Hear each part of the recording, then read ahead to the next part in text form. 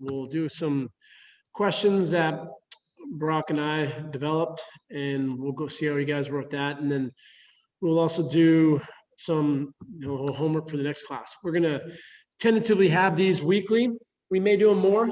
We're going to bring on some professors who are going to be able to dig a little deeper into some of the topics that are a little more esoteric. But our goal here is to help everyone pass the CSCS. So, Brock, how about you start us off, do a little intro, and then we'll go from there. Yeah. So, hello to everyone, to those who do know me and those who don't. My name is Barack. I've been in the industry now for it's 2021. Coming on officially probably about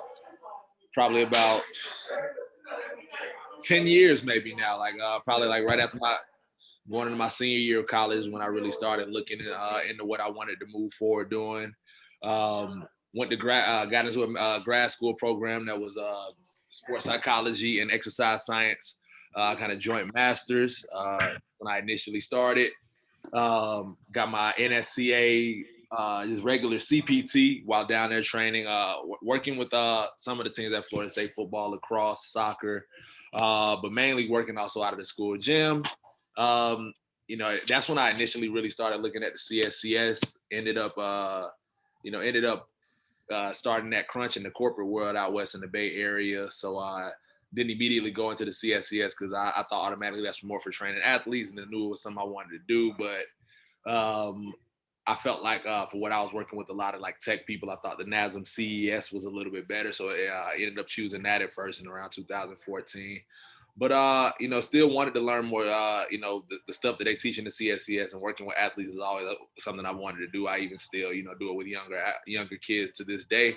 But yeah, got my CSCS just over 2 years ago now. It was my study process. I didn't really have much guidance. Really just kind of study with friends. Outside, I have a friend Nate that's on the call. I'll let him talk about his experience as well. But really, outside of brainstorming with him, just really just used the book. Probably went about the long way of studying, but did well and passed the exam. But since then I've had a lot of people talk to me about either how hard this exam is, or they don't know what steps to do with it, and ultimately just been talking with Chris over the past few months, almost a year now, and just wanted to help see where everyone's head was at when it comes to the exam. People that are interested, see why they want to take it, see what steps they want to take. So we'll be doing some of that practical application as well. But more importantly, getting people prepared to take the exam without all the extra clutter that NSCA's website or someone might tell you to do. Yeah, so I'll go over myself real quick first. Brock, that's some cool hunting stuff you got back there. I didn't know you're a hunter. Behind you? Oh man, no. Long time. There's just stuff we gotta hit. And so I've been doing this for a good period of time. I've been training for 16 years. I've had my CSCS since 2016. And our internship that we have in La Jolla, San Diego, LA, and Santa Monica, that's where Brock's at right now in LA. We help people get into the industry, and we challenge the certification process. And we have a lot of people who are interested in continuing on after that class, but we've helped over 1,200 people pass the NASM CPT. And I know that book because I've taught it for over 10 years back of my hand. And it's really cool to see people who come into the industry, and Brock can attest to this, where they study a textbook when they come in and work for them, like when they're at crunch, versus when someone has that hands-on experience. And so we've been able to help a lot of people really take that next step in the training world. And so as we've been brainstorming some ideas and talking to some social media people we work with, and Brock and I are like, the next step is to get into the CSCS world. I know a lot of people want to have that designation because it does hold some merit. Whereas in the CPT world, it's kind of like all the same, like your NASM, your ACE, your ISSA, your NESTA, whatever it is. It's just kind of a piece of paper, but this exam isn't easy. I did fail a portion of it, and I've taught this stuff for a long time. I'm one of those test anxiety people, and I remember when I first started taking it, I was like, 3 questions, that's it, or 3 answers. Like this can be easy. I failed all by 2 points, the anatomy stuff, some of the Z line and And so this is, we're excited to help you guys pass this, and most importantly, get through it in a way that isn't as hectic as Brock and I went through it. So one of the things that we teach at our internship program is we go through what's called a SWOT analysis. And you guys know what a SWOT analysis is? What is it, Jimmy?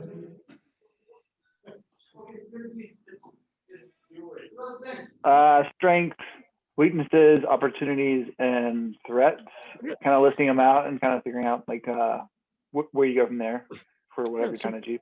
Yep. So when you start a business, because essentially this is a new stream of revenue, new business for us, you don't just, hey, Brock, having a couple drinks one night, we're just going to start this on Wednesday. So we did our market research. We looked at where are our strengths, and we're unique because we have a team of professors and physical therapists. One of the DPTs at USC, Chad Waterbury, he's a big name in the industry. He's one of my good buddies. I'm going to get him on a call to help us with some of the more advanced portions. How can we separate ourselves? So you got your strengths, your weaknesses, and opportunities. And so when we looked at the competition, there's some fitness mentor guys and some other people. And I was kind of giving Brock shit. I'm like, dude, all these guys look like a bunch of nerds. Like, they don't look like strength coaches. Like, where are the guys that have the background like Brock, who played football, D1? And I almost feel like, no offense, but I feel like that the CSCS is almost peeking its head into being like almost like NASM in a sense, where it's very complex with the material, but the quality of the individuals, and I'm not saying for those that do have their CSS, their quality isn't there, but what's the big elephant in the room? You don't get hands-on. Yep. And it's like you're coming through and you're supposed to be an expert working with athletes, but you've never trained an athlete. That just blows my mind. Yeah, I just jump in on that. Like, yeah, that was a main reason I really, when me and Chris kind of brainstormed, is what I wanted to work on. Like, yeah, it's just that practical aspect, and it's almost turned into a lot of people I know that have that practical experience, or even good trainers, are scared to take the exam because they see the pass rate, 57% pass rate, or they look at chapter 1, see a bunch of jargon they don't know, and they're like, oh, this is not something I want to do, or this is I could train athletes without this, or a lot of people that really would benefit from this, or be great trainers with it don't. And like I said, on the flip side, a lot of trainers that are kind of maybe coming in the industry that are more coming from the book side with no experience, they're getting their CSCS and trying to teach things they've never worked on from a practical aspect. And so just really finding that what we really want to do is streamline that, like getting you prepared for the test, honestly, as quick as possible, not reading through the book, the entire book like they kind of always recommend, but streamlining what you need to know, and then also how, quickly transitioning to that, how does it work on a practical level.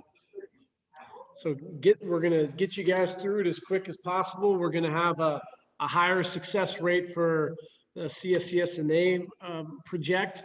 And more importantly, we're going to start offering, weekend seminars where you can come out and learn from, experts in the game like Brock when it comes to the Olympic lifts and the power lifts, and to really work on the cueing. And so that's our little spiel. We don't want to take up your guys' time tonight. We want to just introduce each other, go around and give us a quick little elevator speech, maybe 30 seconds to a minute, a little bit about a minute, a little more about yourself, when you plan on taking the exam. I know Brock has a couple of people in here that are going to tell their story as well.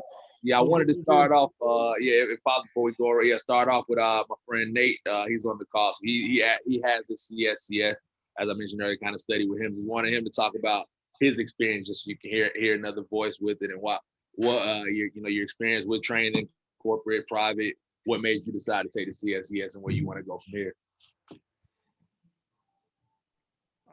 So I'm Nate. Me and Barack, we go back probably it's been like 7 years now. But pretty much before I met Barack, I was a multi-sport athlete my whole life. I wasn't necessarily ready to give up sports after high school, so I walked on.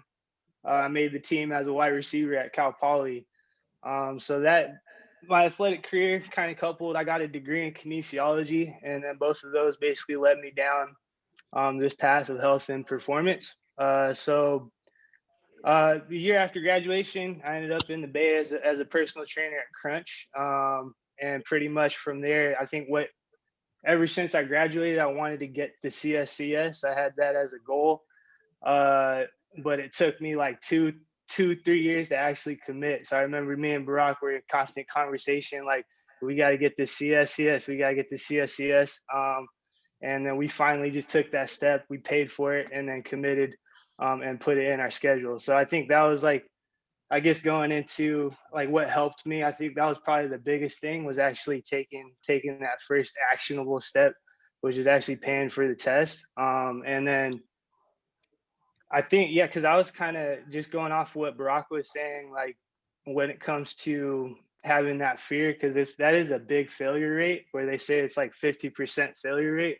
And you're like, you kind of get into this analysis paralysis phase where you're like, I don't know if I'm like smart enough.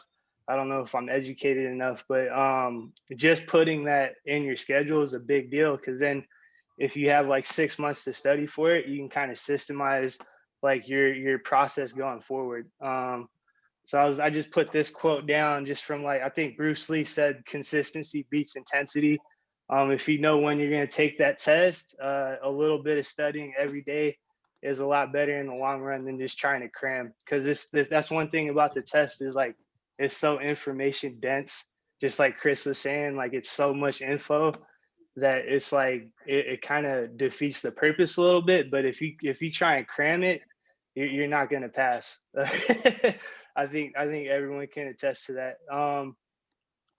Other thing I would say, like, I put this down, but I read the entire book from cover to cover. And I was like highlighting and with notes and everything. So I definitely took the long path.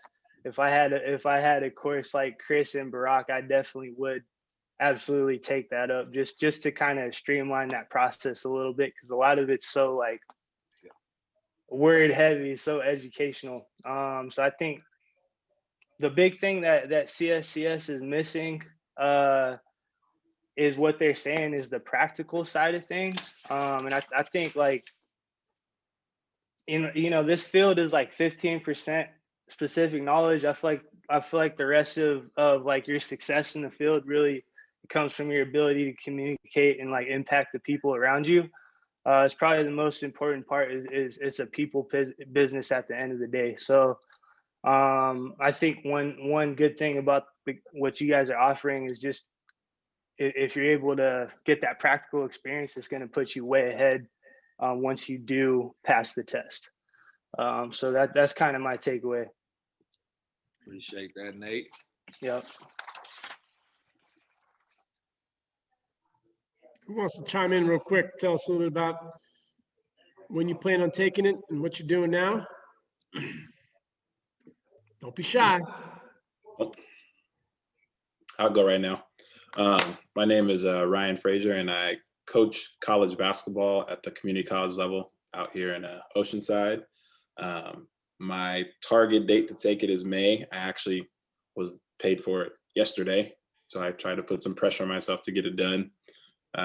Just finished up a second master's in exercise science, and kind of have a rare opportunity at the school that I'm at to possibly kind of do this as a, I would say, internship, and then end up kind of building the program from the ground up. So just want to make sure that I'm, qualified and not just certified, and can provide a good product and good service to the athletes that I'd be working with. I mean, I don't know if 2 masters is not enough information for. I think you need more. You should just get another one. Maybe get a PhD while you're at it. I felt like I was getting a master's reading that book. I got through the first 4 chapters and I was like, I just did this. And the way that you're saying it, I don't necessarily know what you're talking about. So Good. Looking forward to helping you pass it. Thank you. Southern California, right? Yep. All right. Who's next?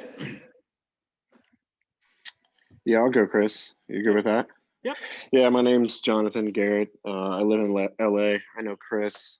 I've probably been studying for about a year, but hardcore for 6 months. And that means picking up the book every day. Nate, you're right. Like, you can't cram this stuff.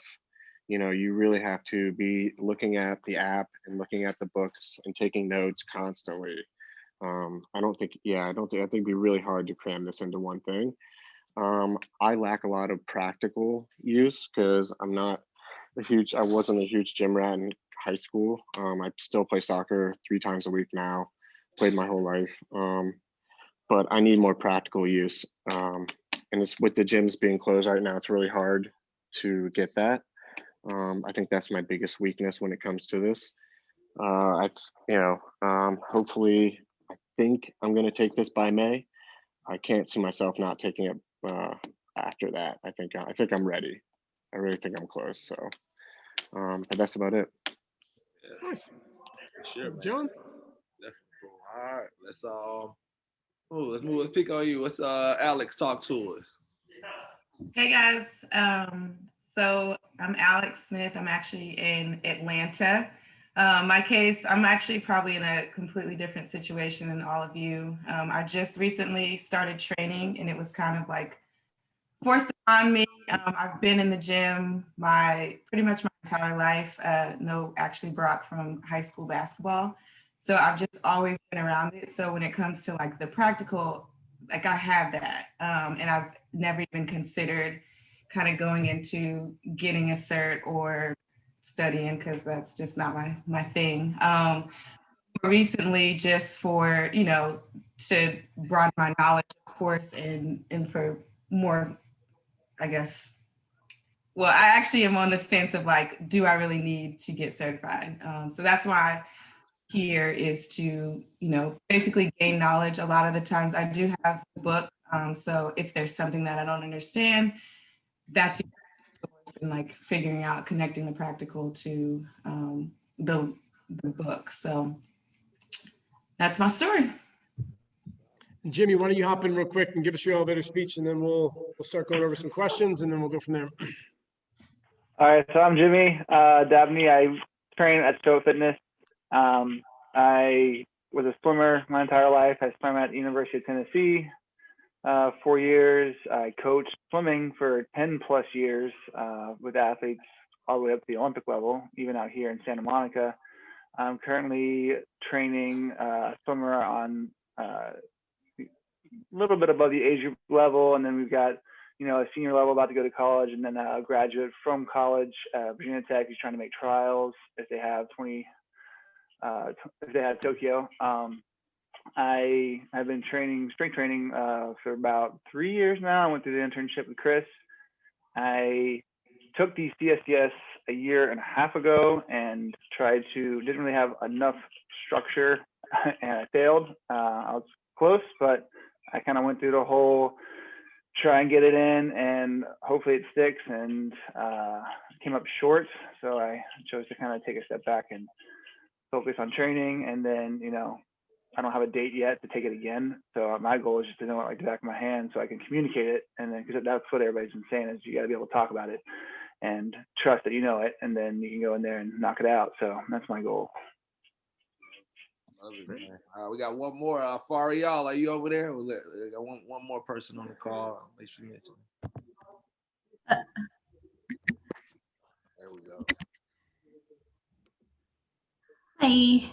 So I'm the same as Alex. I pretty much also just started training a couple of years ago, and I'm from LA, by the way.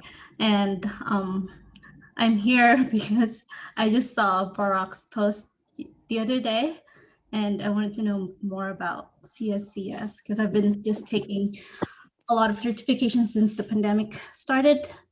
So I wanted to know more about it and see if it's something that I'll be taking soon. So. Cool. Well, I like it. It's a nice variety, and it's good. I like that we had kind of a little bit of everything. It's important to know people with a whole bunch of practical and no book, from people to, a whole bunch of books, a little practical, and like just finding that happy balance. Because at the end of the day, it's important to remember the CSCS is a great. Honestly, it's like a degree to me. Unless you're going into a field that's super practical, most of the time the degree is kind of for that recognition, letting people know you completed it. Same thing with the CSCS.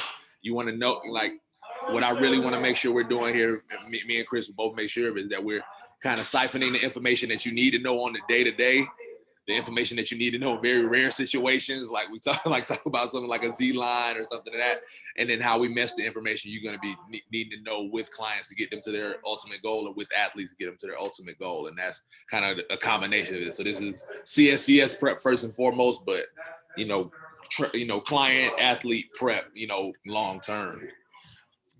Does everyone have if you don't have this edition, that's the 4th edition, this is the one that we're going to be going off of.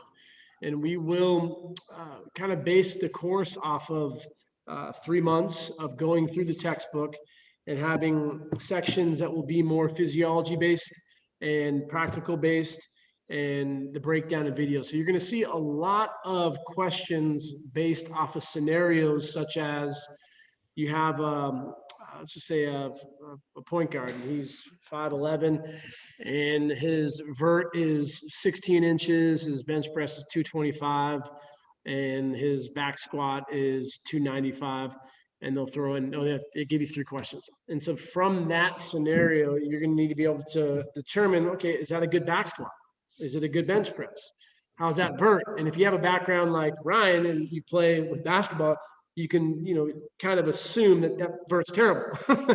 But if you don't understand the different sports, then, it can be kind of challenging when they're talking about a soccer player. And especially one of the hard things for me when I took it and went through the information was just translating for, I've worked a lot with football players and basketball players, but what about a midfielder in soccer? I'm starting to think, oh shit, I've worked a lot with the clients. Is 135 back squat, is that good? Is it not good? I don't know. And so being able to transfer across the continuum, male and female sports, but then also looking at aerobic metabolism, anaerobic metabolism, and looking at the differences in the sport for the demand of that individual and that athlete. And so that's where they talk a lot about the needs analysis. And are you guys familiar with the needs analysis and what the 4 main things are that they're addressing via the needs analysis?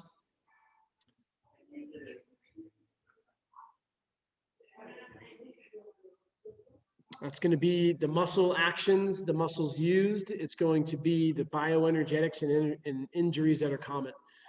And so we'll do a whole breakdown. We have a study guide that we'll send out to you guys, but we just kind of wanted to get a feel for where you guys are at with some of these questions. And so we're going to pull up the questions. Like 10 or 15, and then maybe finish it out with some Q&A. Yeah, I think that would be good. And then you guys can you guys see this all right? Or at least I'll read it to you guys, but can you at least get, Jamie, can you see that? Yeah. So we'll just kind of go back and forth. Brock, I'll start with the first one. So transverse plane abduction of the shoulder occurs in which of the following actions? So we always will have 3 answers. You have the volleyball spike, tennis serve, backhand of a tennis stroke. What do you guys think about that one?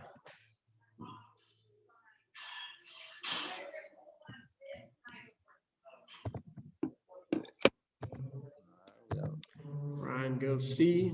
There you go.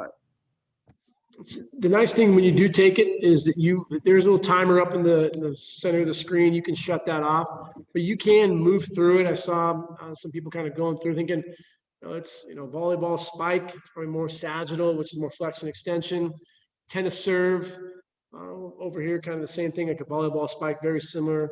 And you have a backhand of a tennis stroke, so it's going to be more transverse going through that plane of motion. The definition of transverse is an imaginary line bisecting the superior and inferior halves.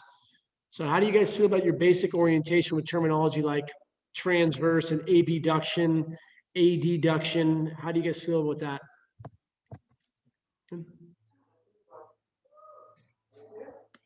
All right, Brock, I'll take the second one. All right, cool. All right, yeah. So next we're going into which of the following is considered the proper exercise progression within a plyometric training program. I'll just mention the 3 exercises. We have single leg ankle hop, squat jump, and cycled split squat jump. Which do you think is the proper progression? So which is what's easiest to hardest from in this out of A, B, and C? Anybody want to guess? We got any? I think I'm gonna go B. All right, we got a B. Anybody else think anything else? B. Going B. All right, good stuff. We got B. All right, cool. So we talking progressions. We know a squat, jump, and again, a lot of times too. I always like to say sometimes, think about yourself. Some of these questions they're gonna try and complicate either with proper terminology, but think about it. Squat, jump first and foremost. I always think you're probably gonna see that in a lot of people's training regimen. It doesn't necessarily always need to be used, but you're gonna see that a lot. So it's probably the easiest. Single leg, ankle hop, and then cycle split squat jump. That split squat jump is going to be us landing in a unilateral, jumping and landing in kind of unilateral, format. That's going to be the most progressive of these three exercises. So, good job. All right, number 3, Chris. How are we doing nutrition? So when you guys look through some of the prep courses, they'll tell you there's a lot of nutrition, and it's more complex than your average nutrition cert, but it's still not that overwhelming. And so for those that have a basic in science, it's asking about carbohydrates, fatty chains contain, so when compared, sorry, I gotta shut this down right here. There we go. So it says when compared to carbohydrates, fatty acid chains contain a higher ratio of which two molecules relative to oxygen. So essentially just looking at the difference between carbs and fats. So carbon and nitrogen, carbon and hydrogen, nitrogen and hydrogen. What do you guys think?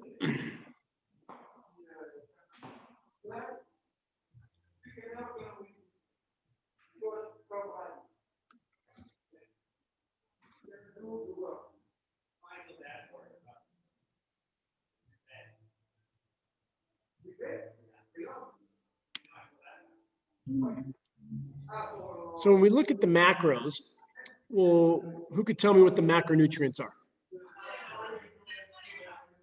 Protein, fat, carbs.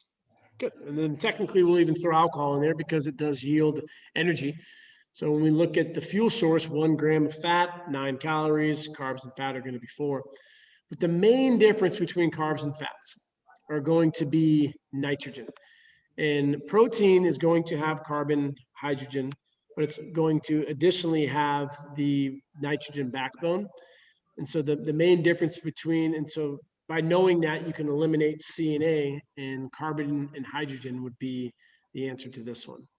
And that's why when people do like a keto diet, they lose a lot of weight because they're taking out carbs. And when you produce carbon and hydrogen into that ratio of H2O, then you will have excessive amounts of water loss as well.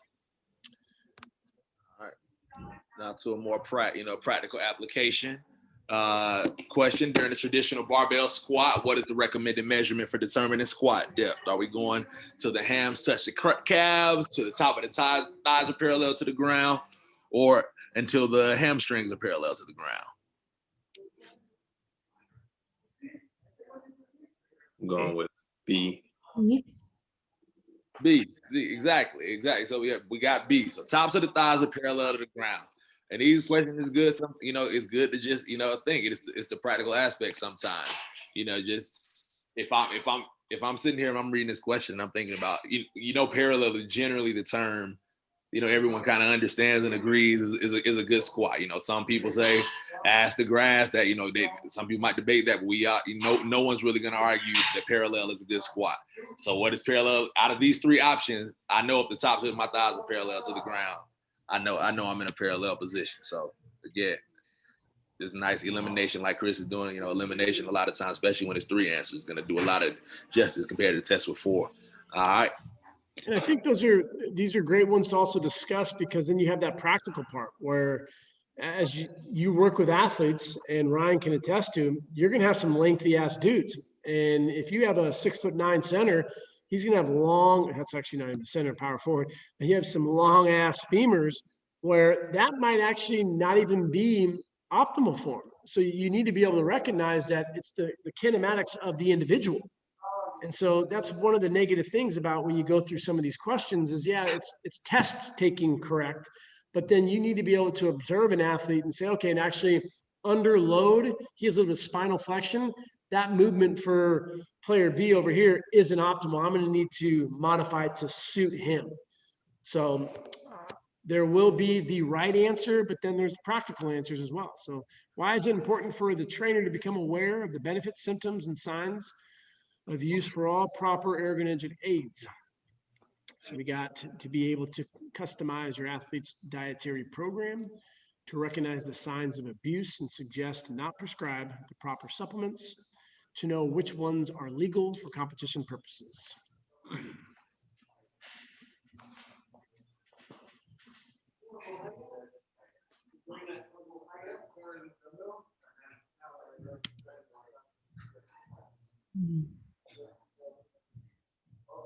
What we thinking?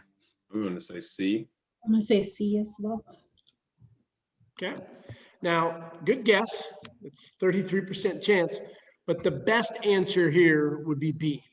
And so we're not prescribing it, but we would be able to recognize any signs of abuse and then guide them down a better alternative, such as basically think of it like testosterone. You got a guy who wants to take roids, you're like, probably not the best. Maybe we should look into some, creatine and so forth. Yeah, and I think this is a good one because just remember on the CSCS, they will tell you that some answers have two correct. It's the best answer. And yeah, you're right. We obviously want to know which ones are legal for competition purposes, but we have, our job, and which we'll get into more. Our job is it is on the strength and conditioning coordinator. It is on the trainer to be able to see, be the first. They kind of call you the first line of contact, and knowing if an athlete is doing something wrong. Your head coach is probably not saying it. So recognizing those signs of abuse and suggesting the proper supplements is going to be the one that's most optimal as a trainer. All right, number 6. Which of the following types of plyo drills has the highest intensity? We got jumps in place, skipping, and depth jumps. What do you all think the answer to this one is? Oh, C.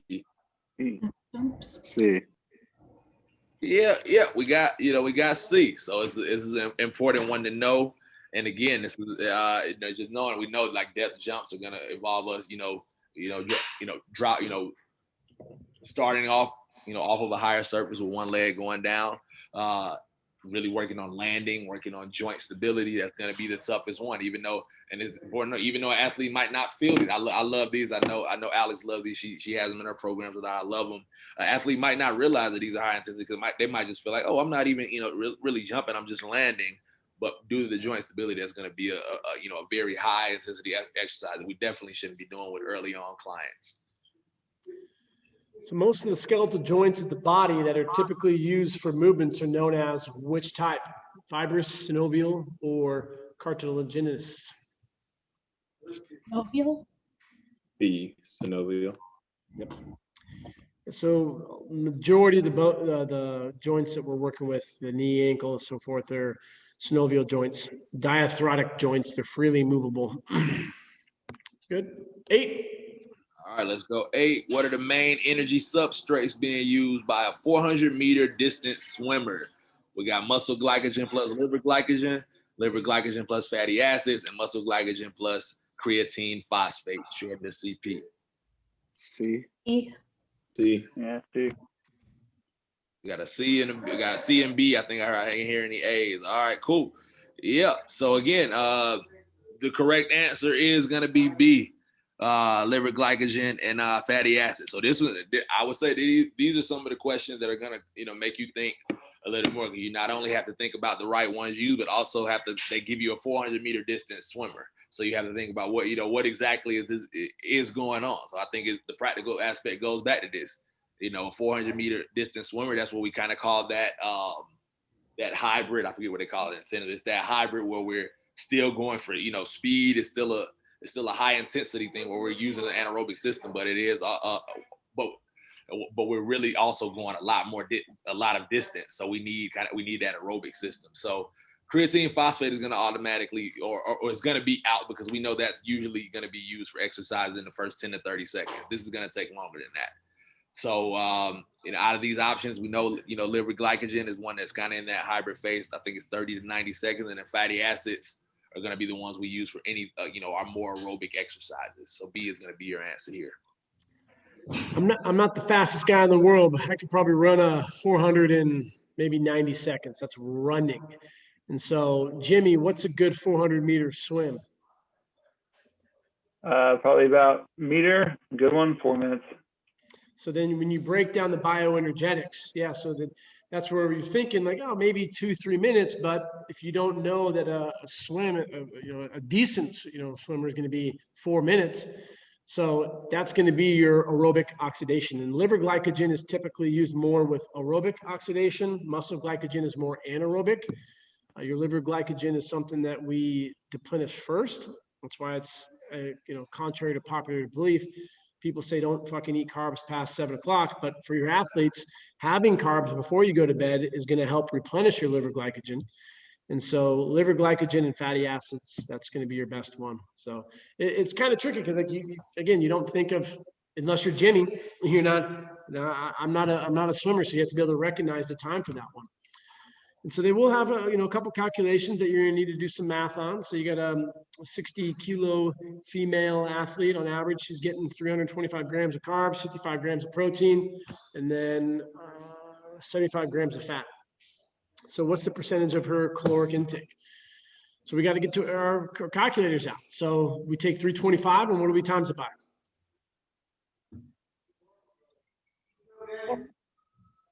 4, correct? Yep. Good. And then protein? 4. Good. And then fat? 9. Good. Comes out to roughly, I think it was 23, I don't have it in front of me right now, but 2,300. So then you take the protein, which would be, just make it easy and say 200, and then you divide it by the total number, and it's going to be roughly what? 10%. 10%. Yep. Nice. Good job. Yeah. It's that math component again. Understanding 449 as we talked about earlier with the when we talked about the question earlier with carbon and hydrogen. But yeah, just understanding that, just basic percentages. Though those questions I always say like you're allowed to do math. Don't miss those because of the math error. Those are the ones that should be in the bag. Want to do maybe one? Hold on. Hey, Barack. Go into some Q&A. Did somebody ask me? Say man? Yeah. When speaking, so you're allowed to have a calculator. No. No. Okay. Yeah. You have to do it all in your head for this. No, you have scratch paper. So I mean, I would. Okay. We'll talk about that too. Obviously going into some of the multiplication and division, the percentages. We'll have a couple things in the study guide to break it down. But yeah, they give you. I think that's a big part of why they give us so much time on this exam. Outside of some of the tough questions, is the written out math. Okay.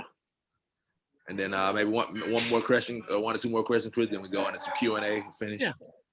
All right. We'll go. Which phase of training typically utilizes the highest resistance training volume? It's a good one. Here we got A, competitive period, B, preparatory period, and C, preseason period. B. C. Mm-hmm. Yep, B. All right, good. So yeah, we have these 3 periods. And this is again where practicality comes in a lot. Even if you haven't studied, but go elimination. All right, we think volume. We know what volume feel. Volume is a lot. It's our heaviest bit. Is typically if we are gonna feel sore, it might be during this. So whether I've played a sport or not, I know if I know the most important thing is coming up, it probably shouldn't be preseason, which is going to be closest to the season. We should be focusing on more sport specific moves and maximal strength maybe. And then competitive period, again, going back to it, you probably don't want to be going with your highest level of volume when you're in the middle of a season. As anyone knows who played a sport or done anything, you're going to be feeling that. So it just leaves preparatory period, which is going to be that. That you're getting ready for preseason. That's the off season going. Kind of after you've had your rest from the off. I forget what they call. I want to say they call it transition period after the season.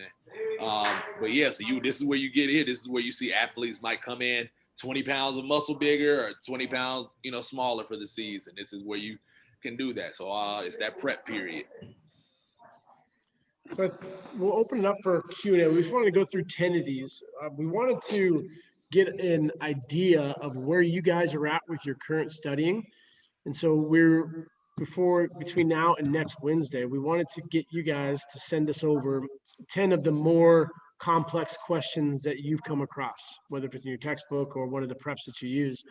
So then we can kind of get a gauge of the percentage breakdown of where people are struggling the most, because it is just a survey and a sample size, where some people may struggle on certain portions, some may struggle on a different portion. And so with physiology stuff, we'll have a unit per month, and we'll really get into those more detailed ones. But we wanted you guys to take some time to go through some questions that you felt. And it's not like we're going to call you out like, oh, this person said this, but it's just more for a surveying to get an idea of the topics that you want to better hone in on. And then right now we'll open it up for any questions that you have for us on how we can help you guys study. And they say, a good 5 to 10 hours per week is what they suggest if you're going to go between 3 to 6 months. So if you use this as like your checks and balances, where, okay, Monday and maybe Friday, Saturday, Sunday, Monday, I'm going to try to get down an hour and a half per day. And then the questions that I have, I can bring that to the prep course on Wednesdays. And then it's that accountability factor. So I know that when you go through this by yourself, you're like, okay, I got B, but why the fuck is it B? I don't know. I'm just going to move on. And so you'll be able to bring those questions up, and we'll help you understand it. Yeah. Any question? I know I know Ryan, Jimmy, I think maybe John have already done some studying. So just off the top of your head, or anybody else, what would be questions or topic personally you definitely want to see addressed, or that you feel like you have the most issues with when you do study? I can say, like, I get confused a lot when it comes to the validities, like the 4 different validities that you have to know. Like, and it's always asked. So that's like my biggest problem at the moment, is just memorizing these validities. Okay, perfect. Yeah. And then using them practically. I've never used them in a practical sense, so it's like really hard to understand them as well. I think for me, like the questions, Chris, you kind of touched on it, but like the swimmer, I've never worked with a swimmer. I have no idea. I'm thinking 400. I'm thinking I ran track. It was 50 seconds. So I went that way. And then to hear that it's 4 minutes, it's kind of like, how do I figure that out? How am I supposed to figure that out through the textbook? We'll definitely go into that more and more too. And that's also kind of like with these colleges, definitely we want to address some of that. And we'll even, obviously not a weekly thing, but more of a monthly or bi-monthly thing. Even talk about seminars where we can get around, show some of these practicalities. Yeah, we're not gonna know some sports. I think it was something on there. It was a crazy sport. I don't want to say it was like javelin throw, but it was something like that I was just lost on there, and I had to just break down practicality. You get cricket, you get all the track, so difference between track and field, so long jump, triple jump, high jump, javelin, hammer. And so we'll definitely do a little review on the different sports and what the energy demands. And so that's when you come back to the big picture that needs analysis. So you take a look at the muscles, you take a look at the actions. So you start off in the beginning. That first question is kind of looking at the planes of motion. So can you recognize that the sagittal, frontal, transverse? So those would be the actions of the muscles, and then what actual muscles are being used. You're not going to see a ton on anatomy. You may see a few on the concentric action of horizontal adductors, and they're looking for the pec major, but it's not like an anatomy-based exam. There will be a few questions on that. But then when you look at the injuries, they're not going to ask you much on that. But then they do a ton on the bioenergetics of the sport. So being able to recognize the fuel utilization, is it going to be more carb specific, fat specific, and and recognizing the differences in the athletes. Anyone else? Any questions? Any things you'd want to learn about more for the test?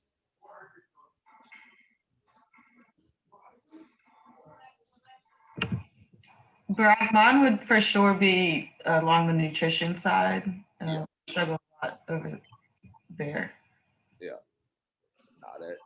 That's a good one. I think that I would say a lot of the people I know, just from experience talking to people that say the nutrition gets them, and that's a big thing. Just understanding the basics, because that's the thing about nutrition, and even like supplements, which isn't as big of a they talk about a bit on this cert, but like they're gonna throw words and throw throw things that are even just breaking down, you know, the levels of like carbon and hydrogen and things like this, but just knowing, like Chris said, knowing nitrogen, you know, it's going to be involved in certain macronutrients more than others. So yeah, nutrition is definitely a big one, because as we all know, like getting certified or preparing ourselves to train, that's probably the thing we're least told that is important, even though it should be very important.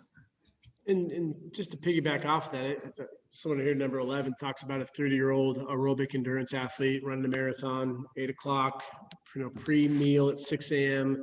She weighs 130, how many grams of carbs should she be consuming? I think a lot of it is recognizing the grams, obviously, but it's kind of common sense where it's like you're going to have an answer that is pretty low, like 30 grams isn't that much. It's going to give you 120 calories.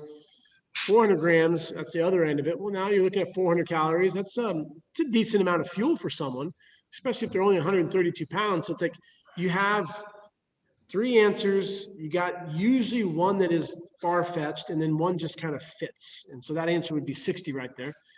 And so we'll definitely do more of the nutrition ones, because it does help getting that, just to apply it into terms of to athletes like this.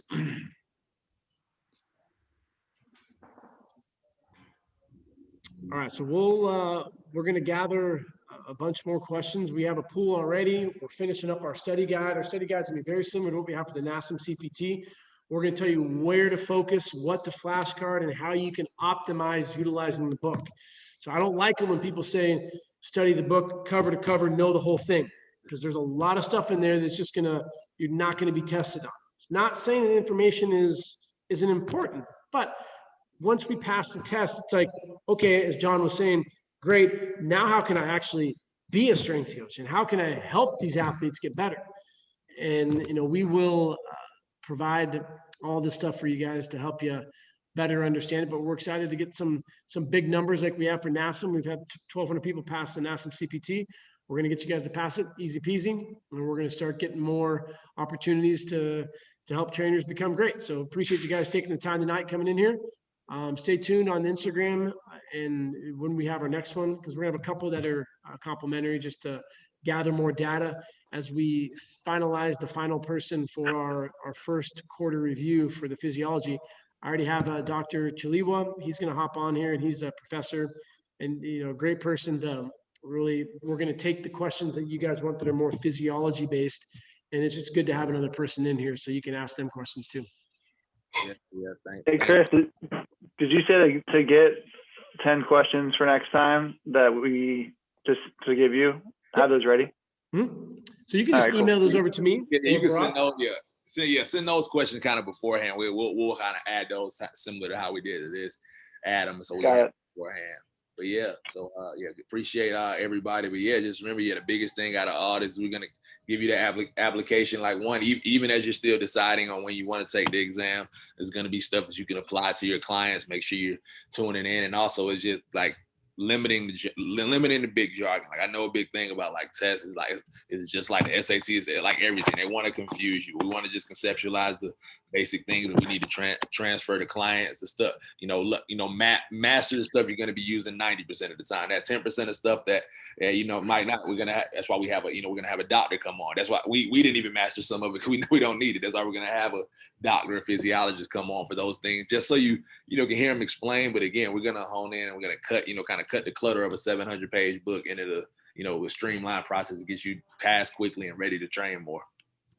And then just one last little thing, things that we were discussing to make it better for you guys, is we're going to start doing more sports-specific Instagram lives. Like tomorrow, I'm going to be taking a soccer player. She is trying out for the Dominican Republic.